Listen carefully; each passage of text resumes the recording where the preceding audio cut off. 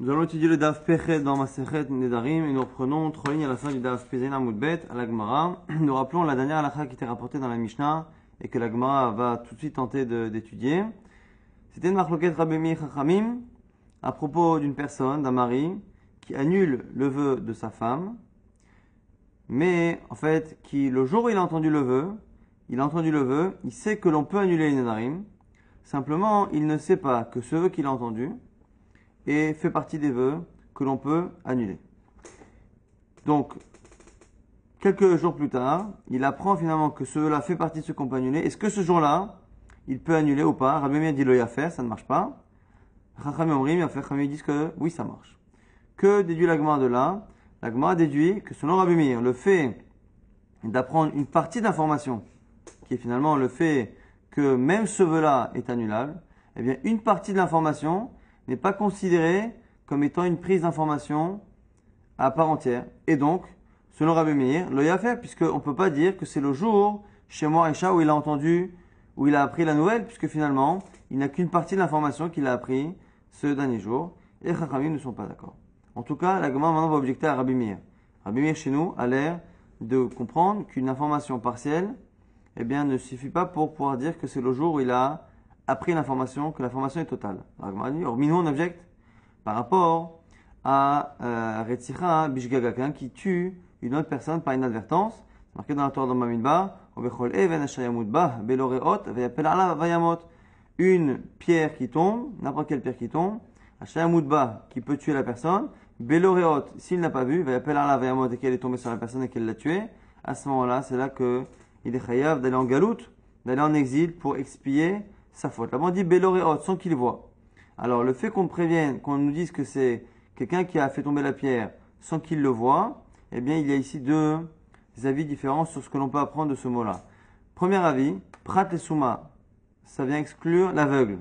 Si on dit que la personne, eh bien, n'est chayav de galoute que si elle n'a pas vu, c'est-à-dire que c'est quelqu'un qui n'a pas vu, mais qui dans l'absolu aurait pu voir. On dit ici, Rabbi Yehuda, que du coup, ça exclut l'aveugle. Rabbi Meir dit exactement l'inverse. Omer, les rabot et asuma. Ça vient justement au contraire, nous rajouter l'aveugle. La Gemara va expliquer dans quelques lignes exactement quelle est la raison de chacun, Rabbi Meir et Rabbi Yehuda, pour comprendre le pasuk différemment. En tout cas, pour l'instant, ce que l'on retire, c'est que selon Rabbi Meir, même un aveugle qui finalement a une connaissance partielle des informations, et donc du coup, lorsque il voit, entre guillemets, c'est qu'il entend, qu'il perçoit. Et lorsque l'on dit qu'il ne perçoit pas, qu'il ne voit pas, c'est qu'en fait, il ne perçoit pas, il ne sent pas ou il n'entend pas. Et on voit malgré tout que celui qui est aveugle est considéré comme quelqu'un, même s'il a des informations qui ne sont que partielles, ces informations partielles ont le même statut qu'une information totale. Et donc, s'il a vu, il est chayav. Et si, mita, et si il n'a pas vu, il est chayav galot, il doit aller en exil. Donc, on considère que finalement, l'information partielle d'un aveugle est à juger au même titre qu'une information totale de quelqu'un de voyant. Et donc du coup, si c'est ça, on ne comprend plus pourquoi Rabbi Meir chez nous estime qu'une personne qui a eu une information partielle et qui a appris que le dernier jour finalement que le vœu que sa femme avait fait était annulable, on ne comprend pas pourquoi ici Rabbi Meir ne considère pas cette information partielle comme devant être jugée comme une information totale et donc que la personne pourrait annuler le neder le jour même où la personne a pris conscience que ce vœu était annulable. La Gemara répond, nous dit quoi? Amarava, acha menyene dekra, acha menyene dekra. La Gemara nous dit, c'est pas compliqué. Regarde bien, Rabbi Meir apprend du verset. Là-bas, dans la halakha qui parle de Retzicha, quelqu'un qui a tué par inadvertance, on dit là-bas, Beloreos sans qu'il voit. Et Rabbi Meir apprend de ce mot-là, Beloreos sans qu'il voit.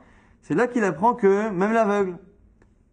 Or, cette expression-là n'est pas marquée chez nous, justement, dans Nedarim. Et donc, comme c'est pas marqué dans les narines, on n'apprend pas que justement l'aveugle est inclus là-dedans. Maintenant, la Gemara va nous apprendre comment chacun a déduit du même mot Beloreot sans voir. Un, il apprend que ça exclut l'aveugle, l'autre, il dit que ça inclut l'aveugle. Comment comprendre? La Gemara va nous montrer que finalement, Beloreot, c'est en trop. Cette expression sans voir, c'est en trop. Parce que c'est par inadvertance. Donc, on imagine que la personne n'a pas vu. Et la Gemara, simplement, va expliquer que Rabbi Yehuda et Chachamim ont chacun compris qu'à la base, le verset voulait inclure ou exclure l'aveugle. Et donc, Beloreot, qui vient se rajouter, qui a priori n'est pas nécessaire, vient forcément contrer ce premier a priori que l'on a, cette première hypothèse. C'est-à-dire que Béloréot, on peut comprendre de deux manières. Béloréot sans qu'il voit, ça veut dire que ça ne concerne que quelqu'un qui en général peut voir. Ce que dit Rabbi Yehuda. Donc ça exclut l'aveugle. Mais d'un côté, Béloréot sans voir, qui est-ce qui ne voit pas en général? C'est l'aveugle. Donc évidemment que l'aveugle fait partie de ceux qui ne voient pas.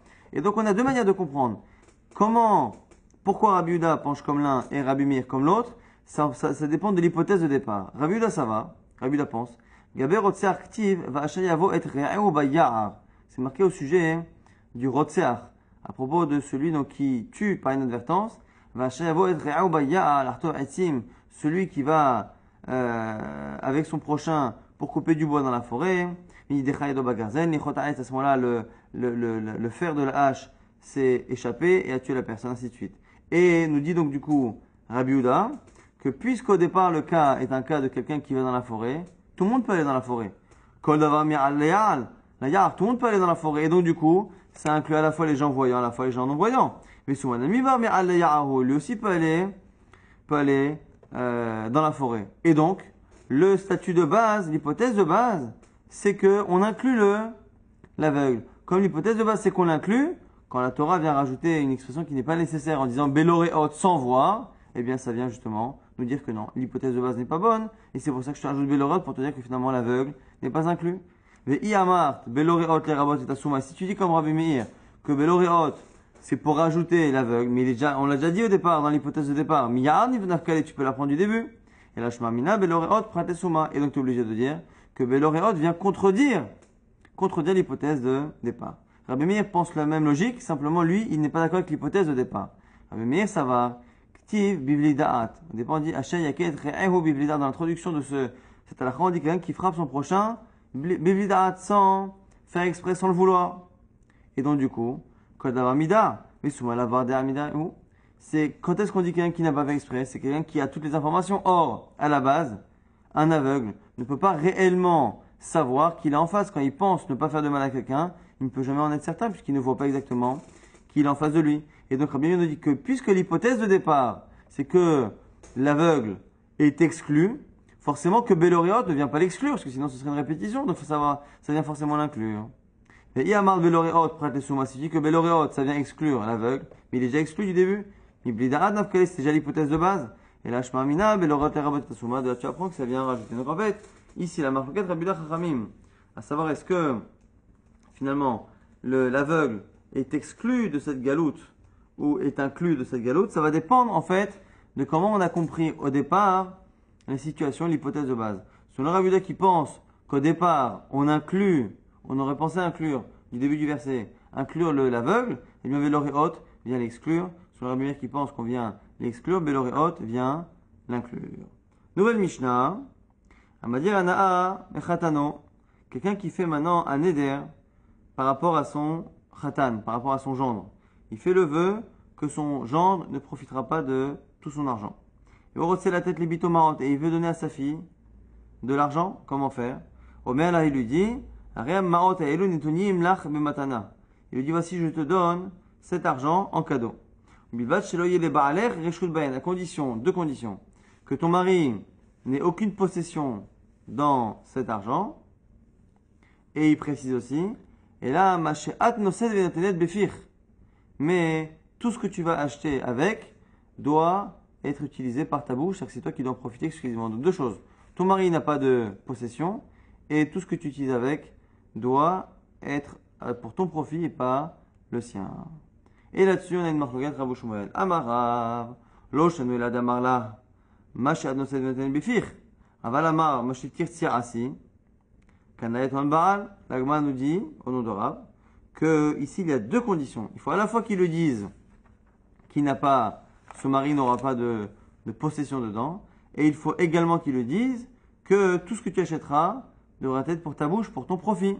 Mais si il lui dit rien, ou qu'il lui dit dans la seconde partie, écoute, je veux pas que ton mari possède, mais sinon, après tu en fais ce que tu veux, ça ne marche pas. Ou Shmuel n'est pas d'accord, Shmuel Omer, Afilo Amar, Machetir Asi, Lo Kanaton Baal. Et Rabbi Shmuel pense qu'il suffit de dire finalement que son mari n'a pas de possession, et finalement même si après il lui dit fais ce que tu veux avec l'argent, eh bien ça marche. Donc moi maintenant objecte sur le premier avis. Rav qui pense qu'il faut non seulement dire que le mari n'a pas de possession, mais en plus, lui dire que tout ce qu'elle achète ne devra servir qu'à elle. Parce qu'il fait Rabbi Zera objecte. Keman azla ashmata des Rav.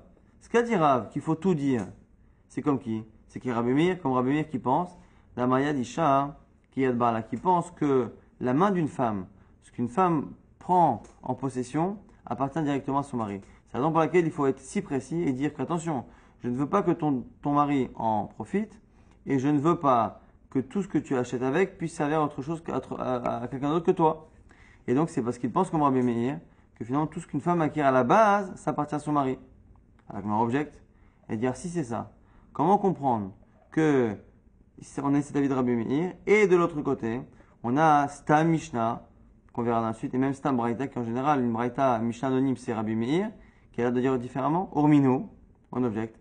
Ketzad Mishtatim Bemavoy. Comment on fait pour s'associer dans un Mavoy? Lorsqu'on fait un hérouv, on peut faire un hérouv de plusieurs maisons par rapport à une cour, par rapport à une cage d'escalier, ou on peut faire, lorsqu'on a plusieurs cours qui donnent sur une petite rue privée, un Mavoy, eh bien, on peut aussi, pour pouvoir porter dans cette rue privée, qui était souvent fermée de trois côtés, eh bien, on a besoin d'associer toutes les résidences, toutes les cours qui étaient attenantes justement à ce Mavoy, à cette rue.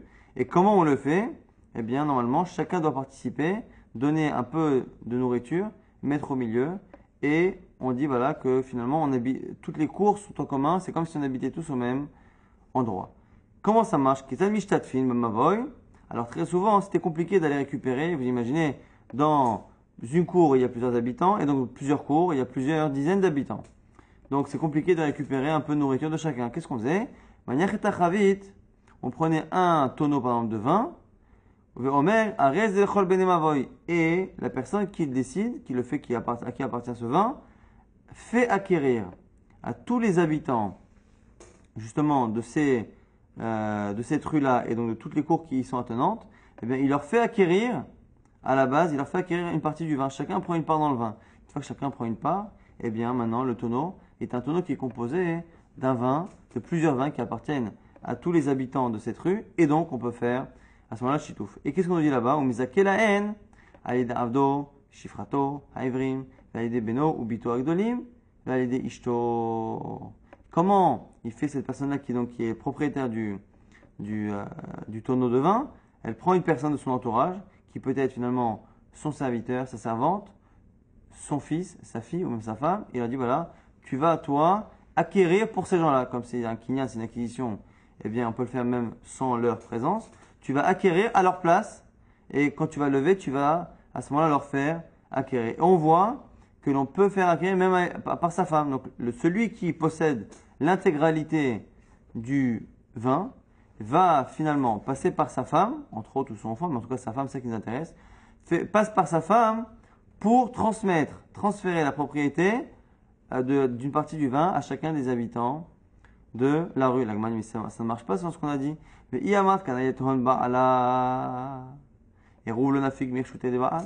Elle m'a dit mais si finalement une femme, comme ce qu'on a dit au nom de Rabbi Meir et au nom de notre Mishnah, si une femme, tout ce qu'elle acquiert appartient à son mari, comment son mari peut lui donner quelque chose à elle pour qu'elle-même serve de transfert pour quelqu'un d'autre, alors que finalement, qu'elle acquiert à leur place, sert de chaliar, alors que finalement, dès qu'il lui donne dans la main, c'est comme si lui-même reprenait, donc c'est un problème qui ne se règle pas par sa femme, puisqu'elle n'est pas étrangère. Amar Rava répond, Afalgav, Namar Rabbi Meir yad isha ki yad ba'ala, modé Rabbi Meir l'enyan shitouf. On va dire, effectivement, mais il dit toujours que la main d'une femme, c'est comme la main de son mari. Simplement dans Chitouf, ici, quand on associe les cours pour la rue privée, c'est différent. Et Kevan les akot l'achirim ou miyad ba'ala zachia, puisque finalement, c'est lui-même qui lui donne à elle, mais pour lui faire acquérir à quelqu'un d'autre, à ce moment-là, ça marche. La Gemara objecte avec une braïta qui montre que finalement c'est faux. Pourquoi? Que finalement, dans ce principe-là, selon Rabbi Meir, ça ne marche pas. Même avec sa femme, Etivé, Rabina le Ravashi, et Louch Zachil Aem. Voici la liste de ceux à qui ça peut marcher.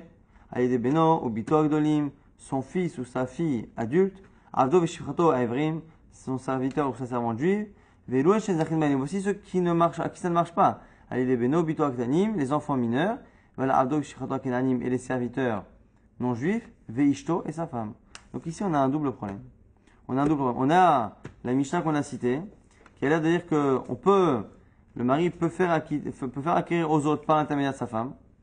Et cette Mishnah-là, qui on Rabbi Meir à la base, parce qu'elle est anonyme, est en contradiction avec la Braïta qu'on vient de citer, qui dit que la femme ne peut pas le faire, et en contradiction avec notre Mishnah à nous, qui, même si elle ne parle pas chez nous de Shitouf, elle ne parle pas de Shitouf, mais on a vu finalement que chez nous, on a vu au nom de Rav en tout cas, que la main, tout ce que la femme possède appartient au mari, et c'est pour ça que selon Rav, la seule manière de donner à sa fille, sans que ça revienne à son gendre sur qui il a fait un éder, c'est de lui préciser que le mari ne doit pas avoir de possession et qu'elle ne fait que profiter, elle, de ce qu'elle achètera avec cet argent. Et donc du coup, on a une contradiction. Comment expliquer rien que la contradiction entre la Mishnah et la Braïta? Et ça permettra en même temps d'expliquer la contradiction qui est entre notre Mishnah et la Mishnah qu'on a citée. Et la Maravashi matnitin, beshesh lachatzer, botomavoy askinan, demigo des achiel nafsha, zachiel acharine. Quand est-ce que ça marche? C'est lorsque la femme elle-même a une cour et une maison dans la propriété. C'est-à-dire qu'il y a le mari qui possède quelque chose dans lequel elle vit, et elle a aussi une possession par ailleurs. Donc, comme elle fait partie aussi des copropriétaires, eh bien, elle-même, elle a une part où elle doit acquérir, et comme elle acquiert sa part, elle peut faire acquérir aux autres. C'est la réponse de l'agma. On va récapituler très rapidement ce qu'on a vu finalement dans ce daf. Dans ce daf, on a vu qu'il y avait une marloquette Rabbi Meir Chachamim par rapport justement à la possibilité d'annuler un éder pour le mari lorsqu'il apprend tardivement que finalement le éder qu'il avait entendu, ben finalement il peut l'annuler. Selon Chachamim, ça s'appelle qu'il n'apprend que maintenant, donc il peut annuler. Selon Rabbi Meir, c'est trop tard. Et on a vu que ça n'était pas à comparer au cas là-bas de l'aveugle. Est-ce qu'un aveugle est chayav d'aller en galoute, en exil, lorsqu'il a tué par inadvertance? Selon Rabbi Meir, oui. Selon Rabbi Yehuda, non. Ça n'a rien à voir avec le fait de penser qu'une information partielle est considérée comme étant totale ou pas. C'est une question de lecture du pasuk en fonction de l'hypothèse de base. Est-ce que le fait que la Torah parle de quelqu'un qui va dans la forêt ou de quelqu'un qui n'a pas toutes les informations, est-ce qu'au départ on inclut ou pas l'aveugle ou pas, pour savoir si l'expression Bélor et Rod sans voir vient finalement contredire et donc inclure ou exclure en fonction de comment on a émis l'hypothèse au départ. On avait vu après une Mishnah qui disait qu'un homme qui voulait donner à sa fille sans faire profiter à son gendre à qui il a fait un neder, eh bien il faut qu'il lui dise que son mari n'aura pas de possession là-dedans. Et selon Rav, pas selon Rav, il faut aussi préciser réellement que tout ce qu'elle consomme ne sera consommé que par elle. À la fois dire qu'il n'a pas de possession et à la fois qu'elle ne peut pas faire ce qu'elle veut de cet argent, il faut qu'elle n'en profite que pour elle. Et là-dessus, on avait dit que c'était a priori l'avis de Rabbi Meir. Or, Rabbi Meir parfois dans la Mishnah a l'air de dire que d'un autre côté, la femme peut elle avoir une main pour acquérir de son mari et pour pouvoir faire l'acquisition pour une tierce personne. Et là, Gmar répond là-bas, c'était dans Shitoufé Mevohot, lorsqu'on veut associer des habitants de plusieurs cours dans une rue privée qu'ils ont en commun. Et la Gmar nous dit finalement la conclusion, c'est que c'est différent. Là-bas, quand est-ce que la femme peut le faire? Lorsque la femme a elle-même une maison et une cour dans justement ses propriétés. Si par contre elle n'en a pas et qu'elle n'est que la femme du mari, eh bien finalement comme sa main est considérée comme étant celle de son mari, elle ne peut pas acquérir de la main de son mari pour justement faire acquérir aux autres.